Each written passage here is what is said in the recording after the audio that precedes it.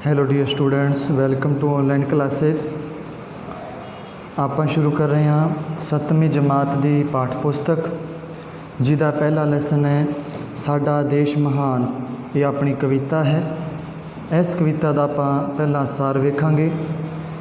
सार नालों पहला सार शुरू करते हाँ। ये कविता किस विषय को लैके लिखी गई है, ये किहड़े विषय हैं।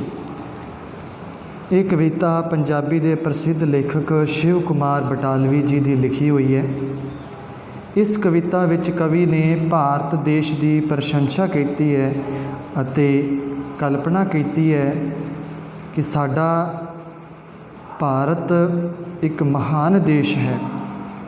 इत्थे दे रहन वाले सारे लोग भारतवासी हैं। इत्थे ना तो कोई हिंदू है, ना ही सिख, ना ही ईसाई अते ना ही मुसलमान है। भाव ये सारे की है, भारतवासी हैं। ये सब भारत दे वासी आपस विच एक ही हन।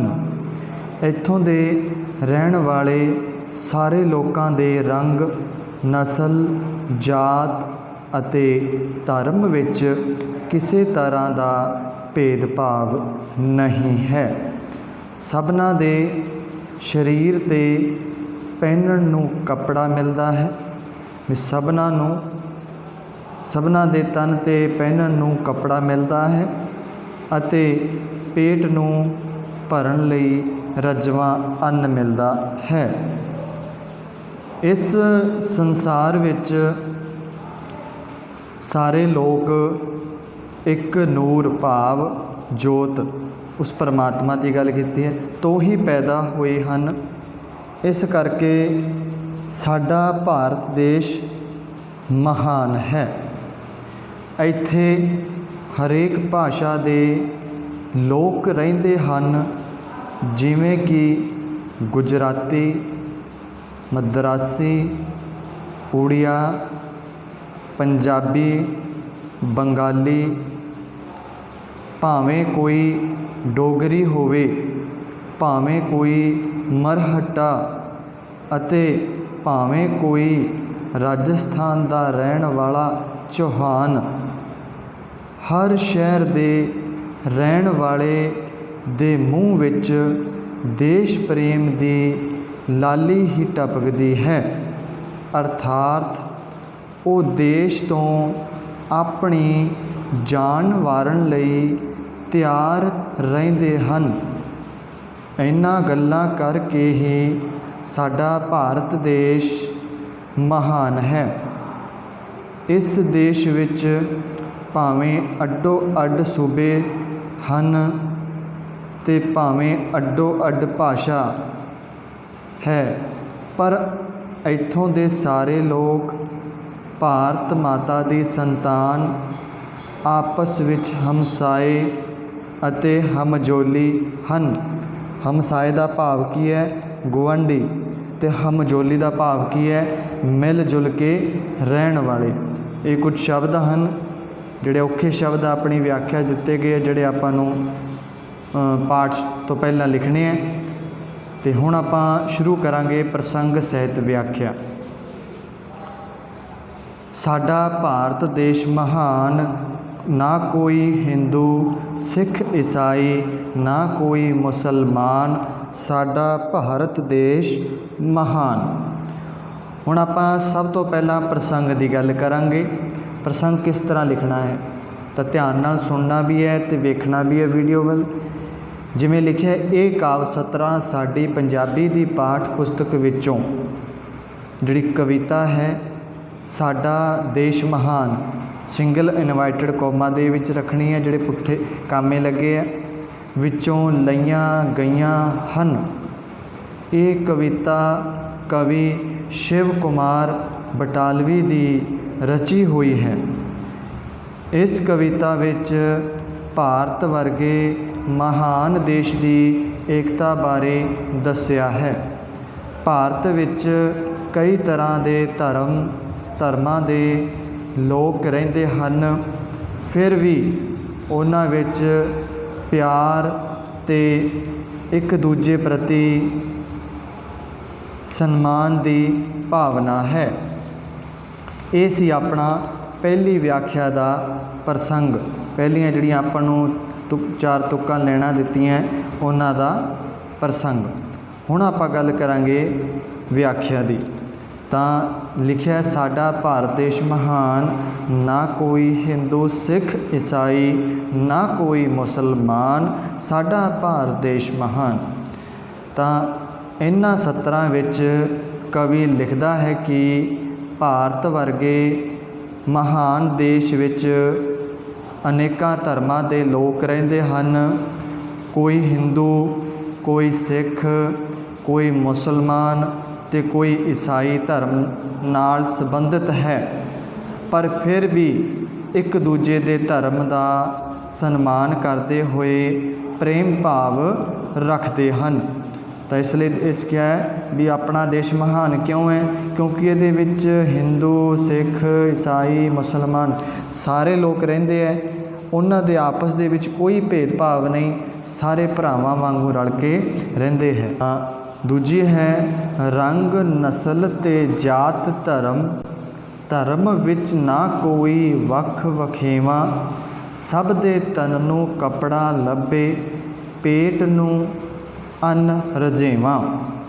ਇੱਕ ਨੂਰ ਤੇ ਸਭ ਜਗ ਉਪਜਿਆ, ਏਕੋ ਜਿਹੇ ਇਨਸਾਨ, ਸਾਡਾ ਭਾਰਤ ਦੇਸ਼ ਮਹਾਨ। ਹੁਣ ਦੇਖੋ, ਆਪਾਂ ਇਹਦੇ ਵਿੱਚ ਪਹਿਲਾਂ ਪ੍ਰਸੰਗ ਦੇਖ ਲੈਂਦੇ ਹਾਂ ਵੀ ਸ਼ੁਰੂ ਵਾਲੀਆਂ ਸਤਰਾਂ ਤਾਂ ਉਵੇਂ ਰਹਿਣਗੀਆਂ। ਇਹ ਕਾਵਿ ਸਤਰਾਂ ਸਾਡੀ ਪੰਜਾਬੀ ਦੀ ਪਾਠ ਪੁਸਤਕ ਵਿੱਚੋਂ ਜਿਹੜੀ ਲਈਆਂ ਗਈਆਂ ਹਨ। ਇਹ ਕਵਿਤਾ ਕਵੀ ਸ਼ਿਵ ਕੁਮਾਰ ਬਟਾਲਵੀ ਦੀ ਰਚੀ ਹੋਈ ਹੈ। ਇਸ ਕਵਿਤਾ ਵਿੱਚ ਭਾਰਤ ਵਰਗੇ ਮਹਾਨ ਦੇਸ਼ ਦੀ ਏਕਤਾ ਬਾਰੇ ਦੱਸਿਆ ਹੈ। ਭਾਰਤ ਵਿੱਚ ਕਈ ਤਰ੍ਹਾਂ ਦੇ ਧਰਮਾਂ ਦੇ ਲੋਕ ਰਹਿੰਦੇ ਹਨ, ਫਿਰ ਵੀ ਉਹਨਾਂ ਵਿੱਚ ਪਿਆਰ ਅਤੇ ਇੱਕ ਦੂਜੇ ਧਰਮ ਦੇ ਪ੍ਰਤੀ ਸਨਮਾਨ ਦੀ ਭਾਵਨਾ ਹੈ। ਹੁਣ ਇਸ ਕਵਿਤਾ ਦੇ ਆਪਾਂ ਜਿੰਨੇ ਪਾਠ ਕਰਾਂਗੇ ਉਹਨਾਂ ਸਾਰਿਆਂ ਦੀ ਜਿਹੜੀ ਆਪਣਾ ਪ੍ਰਸੰਗ ਹੋਊਗਾ ਉਹ ਇੱਕੋ ਹੀ ਹੋਊਗਾ। ਅਤੇ ਫਿਰ ਆਪਾਂ ਹੁਣ ਤੁਸੀਂ ਪਹਿਲੀ ਜਿਹੜੀ ਆਪਾਂ ਪ੍ਰਸੰਗ ਸਹਿਤ ਵਿਆਖਿਆ ਪਹਿਲੇ 'ਚ ਪ੍ਰਸੰਗ ਲਿਖ ਦਿਓ, ਬਾਕੀਆਂ 'ਚ ਜਿਹੜੀਆਂ ਕਾਵਿ ਸਤਰਾਂ ਦੀ ਸਿੱਧੀ ਵਿਆਖਿਆ ਕਰ ਦਿਓ। ਬਾਕੀ ਤੁਸੀਂ ਲਿਖਣਾ ਚਾਹੋ ਤਾਂ ਲਿਖ ਵੀ ਸਕਦੇ ਹੋ। ਮੈਂ ਤਾਂ ਕਿਹਾ ਵੀ ਸਾਰਿਆਂ 'ਚ ਆਪਣਾ ਜਿਹੜਾ ਪ੍ਰਸੰਗ ਦਾ ਭਾਵ ਇੱਕੋ ਹੀ ਆ ਰਿਹਾ ਹੈ। ਤਾਂ ਹੁਣ ਇਹਦੇ ਵਿੱਚ ਕਿਹਾ, ਰੰਗ ਨਸਲ ਅਤੇ ਜਾਤ ਧਰਮ, ਧਰਮ ਵਿੱਚ ਕੋਈ ਨਾ ਵੱਖ ਵਖੇਵਾਂ। ਇਹਨਾਂ ਸਤਰਾਂ ਵਿੱਚ ਕਵੀ ਲਿਖਦਾ ਹੈ ਕਿ ਭਾਰਤ ਇੱਕ ਮਹਾਨ ਦੇਸ਼ ਹੈ ਜਿਸ ਵਿੱਚ ਅਨੇਕਾਂ ਧਰਮ ਦੇ ਲੋਕ ਰਹਿੰਦੇ ਹੈ, ਜਿਨ੍ਹਾਂ ਦਾ ਪਹਿਨਾਵਾ, ਖਾਣ ਪੀਣ, ਰਹਿਣ ਸਹਿਣ ਦਾ ਢੰਗ ਅੱਡ ਅੱਡ ਹੈ। ਭਾਵ ਅਲੱਗ ਅਲੱਗ ਹੁੰਦਿਆਂ ਵੀ ਉਹਨਾਂ ਦੇ ਵਿੱਚ ਕੀ ਹੈ? ਏਕਤਾ ਹੈ। ਰੰਗ ਨਸਲ ਅਤੇ ਜਾਤ ਪਾਤ, ਜਾਤ ਧਰਮ, ਧਰਮ ਵਿੱਚ ਨਾ ਕੋਈ ਵੱਖ ਵਖੇਵਾਂ, ਸਭ ਦੇ ਤਨ ਨੂੰ ਕੱਪੜਾ ਲੱਭੇ, ਪੇਟ ਨੂੰ ਅੰਨ ਰਜੇਵਾਂ। ਹੁਣ ਦੇਖੋ, ਸਾਰਿਆਂ ਨੂੰ ਪਹਿਨਣ ਨੂੰ ਕੱਪੜਾ ਮਿਲਦਾ ਹੈ ਅਤੇ ਸਾਰਿਆਂ ਨੂੰ ਹੀ ਰੱਜ ਕੇ ਖਾਣ ਨੂੰ ਰੋਟੀ ਮਿਲਦੀ ਹੈ। ਕਿਸੇ ਨਾਲ ਵੀ ਕੋਈ ਭੇਦਭਾਵ ਨਹੀਂ ਹੁੰਦਾ।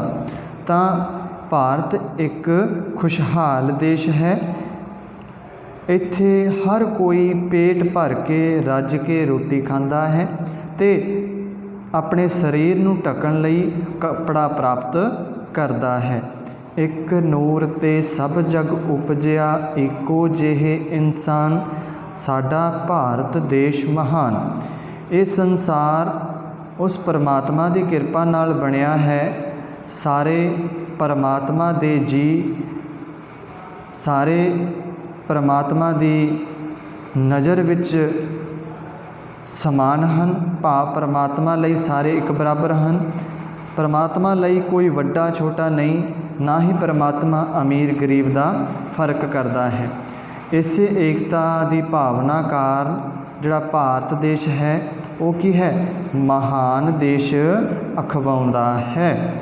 ਤਾਂ ਹੀ ਲੇਖਕ ਨੇ ਕਿਹਾ ਹੈ ਕਿ ਜਿਹੜਾ ਮੇਰਾ ਸਾਡਾ ਭਾਰਤ ਦੇਸ਼ ਹੈ ਉਹ ਕੀ ਹੈ, ਮਹਾਨ ਹੈ। ਹੁਣ ਗੱਲ ਕਰਦੇ ਹਾਂ ਅਗਲੀ ਤੀਜੀ ਵਿਆਖਿਆ ਦੀ।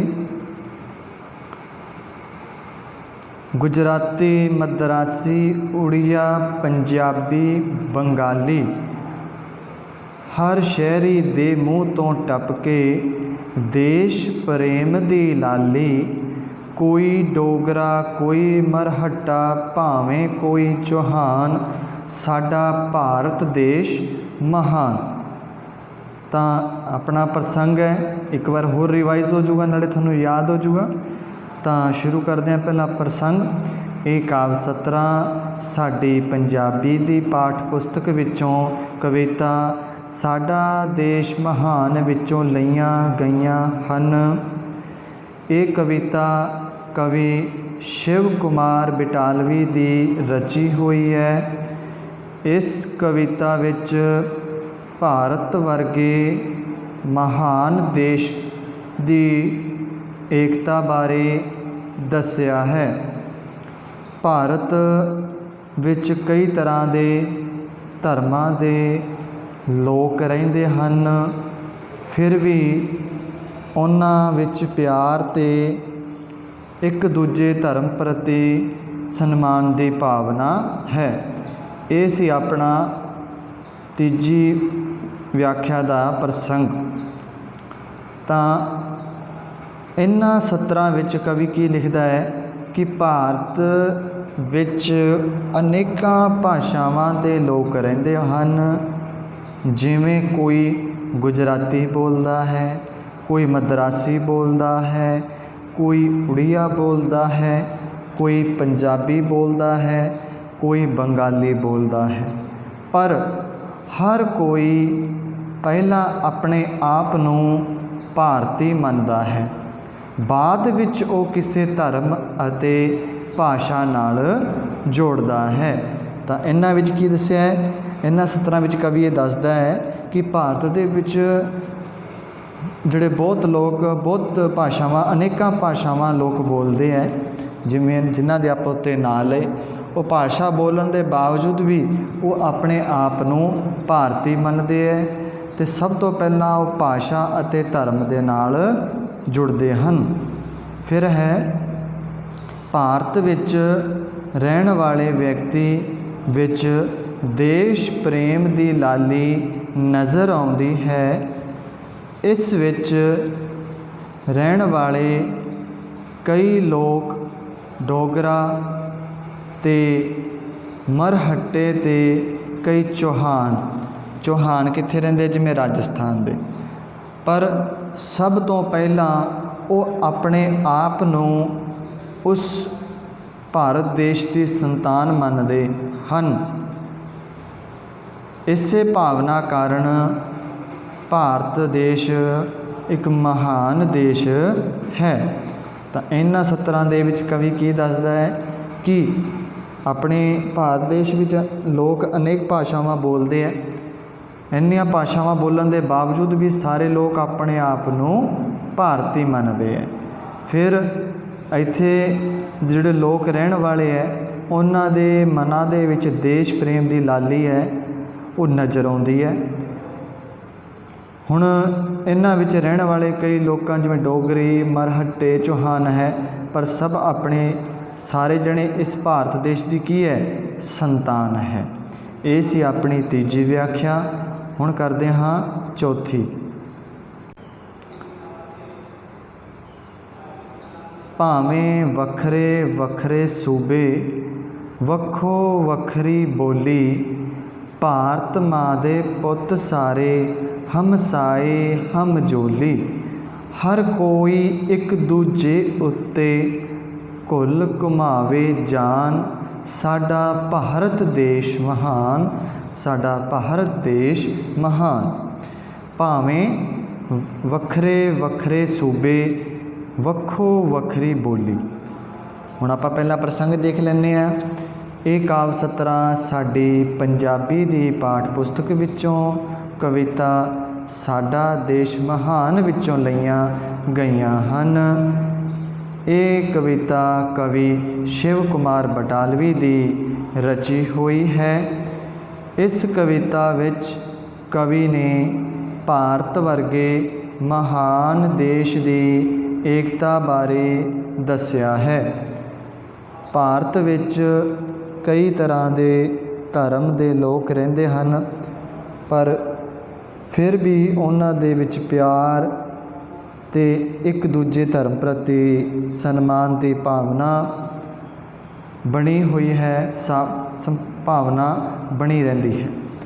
ਤਾਂ ਵਿਆਖਿਆ ਕੀ ਸੀ? ਭਾਵੇਂ ਵੱਖਰੇ ਵੱਖਰੇ ਸੂਬਾ ਕਿਹਾ ਹੈ, ਆਪਣਾ ਰਾਜ ਕਹਿ ਲਓ, ਇਲਾਕਾ ਕਹਿ ਲਓ, ਖੇਤਰ ਕਹਿ ਲੈਣਾ ਜਿਹਨੂੰ ਆਪਾਂ ਹਿੰਦੀ 'ਚ। ਤਾਂ ਕਵੀ ਇਹਨਾਂ ਸਤਰਾਂ ਵਿੱਚ ਲਿਖਦਾ ਹੈ ਕਿ ਭਾਰਤ ਵਿੱਚ ਰਹਿਣ ਵਾਲੇ ਲੋਕਾਂ ਦਾ ਇਲਾਕਾ, ਸੂਬਾ, ਰਾਜ ਕਹਿ ਲਓ ਅਤੇ ਭਲਾਂ ਦੀ ਬੋਲੀ ਭਾਵੇਂ ਅਲੱਗ ਅਲੱਗ ਹੈ, ਪਰ ਫਿਰ ਵੀ ਉਹ ਭਾਰਤ ਮਾਤਾ ਦੇ ਪੁੱਤਰ ਹਨ। ਵੀ ਉਹ ਚਾਹੇ ਕਿਸੇ ਵੀ ਰਾਜ ਦੇ ਵਿੱਚ ਰਹਿੰਦੇ ਹੈ, ਕਿਸੇ ਵੀ ਸੂਬੇ 'ਚ ਰਹਿੰਦੇ ਹੈ, ਉਹ ਕੋਈ ਵੀ ਬੋਲੀ ਬੋਲਦੇ ਹੈ ਅਤੇ ਚਾਹੇ ਉਹਨਾਂ ਦੀ ਬੋਲੀ ਕਿਸ ਤਰ੍ਹਾਂ ਦੀ ਵੀ ਹੈ, ਪਰ ਉਹ ਸਾਰੇ ਕੌਣ ਹੈ? ਉਹ ਸਾਰੇ ਭਾਰਤ ਮਾਂ ਦੇ ਪੁੱਤਰ ਹਨ। ਇਹ ਹਮਸਾਏ ਕੀ ਹੈ? ਹਮਸਾਏ ਦਾ ਭਾਵ ਗੁਆਂਢੀ, ਅਤੇ ਇਹ ਹਮਸਾਏ ਭਾਵ ਗੁਆਂਢੀ ਦੀ ਤਰ੍ਹਾਂ ਦੁੱਖ ਸੁੱਖ ਸਮੇਂ ਕੰਮ ਆਉਂਦੇ ਹਨ। ਇੰਨੀਆਂ ਅਨੇਕਤਾਵਾਂ ਦੇ ਬਾਵਜੂਦ ਵੀ ਇਹ ਹਮਜੋਲੀ ਭਾਵ ਬਚਪਨ ਦੇ ਮਿੱਤਰ ਹਮਜੋਲੀ ਤਰ੍ਹਾਂ ਇੱਕ ਦੂਜੇ ਤੋਂ ਕੁਰਬਾਨ ਜਾਂਦੇ ਹਨ। ਭਾਰਤ ਵਿੱਚ ਰਹਿਣ ਵਾਲਾ ਹਰ ਕੋਈ ਵਿਅਕਤੀ ਪਹਿਲਾਂ ਭਾਰਤੀ ਹੈ, ਬਾਅਦ ਵਿੱਚ ਕੋਈ ਹਿੰਦੂ, ਕੋਈ ਮੁਸਲਮਾਨ, ਕੋਈ ਸਿੱਖ ਅਤੇ ਕੋਈ ਈਸਾਈ। ਪਹਿਲਾਂ ਉਹ ਕੀ ਹੈ? ਭਾਰਤੀ। ਭਾਰਤ ਵਰਗੇ ਮਹਾਨ ਦੇਸ਼ ਵਿੱਚ ਇੰਨੀਆਂ ਅਨੇਕਤਾਵਾਂ ਦੇ ਬਾਵਜੂਦ ਵੀ ਏਕਤਾ ਨਜ਼ਰ ਆਉਂਦੀ ਹੈ। ਇਸੇ ਕਾਰਨ ਭਾਰਤ ਇੱਕ ਮਹਾਨ ਦੇਸ਼ ਮੰਨਿਆ ਗਿਆ ਹੈ। ਇਹ ਸੀ ਆਪਣਾ ਪਹਿਲੇ ਪਾਠ ਦੀ ਪ੍ਰਸੰਗ ਸਹਿਤ ਵਿਆਖਿਆ। ਅਤੇ ਹੁਣ ਆਪਾਂ ਕਰਾਂਗੇ ਇਸ ਪਾਠ ਦੇ ਜਿਹੜੇ ਖਾਲੀ ਸਥਾਨਾਂ ਨੂੰ ਭਰਨਾ ਹੈ। ਜਿਵੇਂ ਪਹਿਲਾ ਲਿਖਿਆ ਹੈ ਸਾਡਾ ਖਾਲੀ ਥਾਂ ਦੇਸ਼ ਮਹਾਨ, ਤਾਂ ਇੱਥੇ ਕੀ ਆ ਜਾਊਗਾ? ਭਾਰਤ। ਕੋਈ ਡੋਗਰਾ, ਕੋਈ ਮਰਹਟਾ, ਭਾਵੇਂ ਕੋਈ ਖਾਲੀ ਥਾਂ 'ਚ ਲਿਖਾਂਗੇ ਚੌਹਾਨ। ਕੋਈ ਭਾਰਤ ਮਾਂ ਦੇ ਪੁੱਤ ਸਾਰੇ, ਖਾਲੀ ਥਾਂ ਹਮਜੋਲੀ। ਹਮਜੋਲੀ ਤੋਂ ਪਹਿਲਾਂ ਕੀ ਆਊਗਾ? ਹਮਸਾਏ। ਨਾ ਕੋਈ ਹਿੰਦੂ, ਸਿੱਖ, ਈਸਾਈ, ਨਾ ਕੋਈ ਖਾਲੀ ਥਾਂ 'ਚ ਭਰਨਾ ਆਪਾਂ ਮੁਸਲਮਾਨ। ਭਾਵੇਂ ਵੱਖਰੇ ਵੱਖਰੇ ਸੂਬੇ, ਖਾਲੀ ਥਾਂ 'ਚ ਲਿਖਾਂਗੇ ਵੱਖੋ ਵੱਖਰੀ ਬੋਲੀ। ਇਹ ਸੀ ਆਪਣੇ ਪਹਿਲੇ ਪਾਠ ਦੀਆਂ ਖਾਲੀ ਥਾਵਾਂ। ਹੁਣ ਆਪਾਂ ਕਰਦੇ ਹਾਂ ਪ੍ਰਸ਼ਨ ਉੱਤਰ 'ਤੇ ਚਰਚਾ। ਆਪਣਾ ਪਹਿਲਾ ਪ੍ਰਸ਼ਨ ਹੈ, ਇਸ ਕਵਿਤਾ ਵਿੱਚ ਕਿਸ ਦੇਸ਼ ਨੂੰ ਮਹਾਨ ਕਿਹਾ ਗਿਆ ਹੈ? ਤਾਂ ਇਸ ਕਵਿਤਾ ਵਿੱਚ ਭਾਰਤ ਦੇਸ਼ ਨੂੰ ਮਹਾਨ ਕਿਹਾ ਗਿਆ ਹੈ। ਦੂਜਾ ਪ੍ਰਸ਼ਨ ਹੈ, ਹਰ ਸ਼ਹਿਰੀ ਦੇ ਮੂੰਹ ਤੋਂ ਕਿਹੜੀ ਲਾਲੀ ਟਪਕਦੀ ਹੈ? ਹਰ ਸ਼ਹਿਰੀ ਦੇ ਮੂੰਹ ਤੋਂ ਦੇਸ਼ ਪ੍ਰੇਮ ਦੀ ਲਾਲੀ ਟਪਕਦੀ ਹੈ। ਕਿਹੜੀ ਟਪਕਦੀ ਹੈ? ਦੇਸ਼ ਪ੍ਰੇਮ ਦੀ ਲਾਲੀ।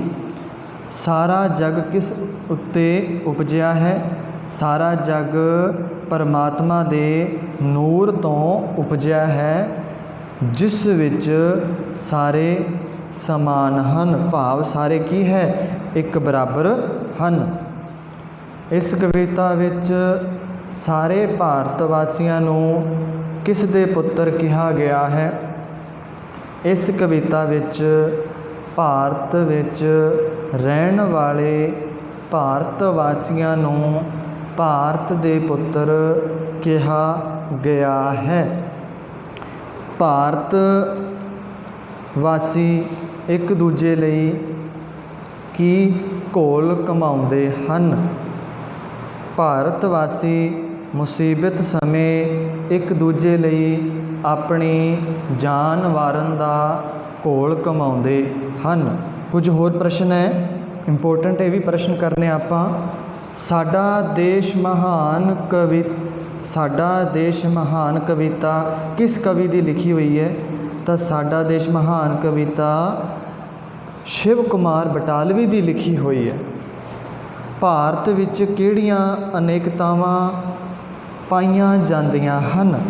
ਭਾਰਤ ਵਿੱਚ ਰੰਗ, ਨਸਲ, ਜਾਤ, ਭਾਸ਼ਾ ਅਤੇ ਧਰਮ ਸੰਬੰਧੀ ਅਨੇਕਤਾਵਾਂ ਪਾਈਆਂ ਜਾਂਦੀਆਂ ਹਨ। ਇਹਨਾਂ ਅਨੇਕਤਾਵਾਂ ਦੇ ਬਾਵਜੂਦ ਵੀ ਭਾਰਤ ਵਿੱਚ ਕੀ ਹੈ?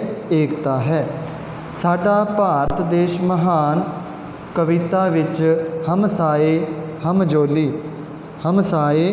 ਹਮਜੋਲੀ ਦਾ ਕੀ ਭਾਵ ਹੈ?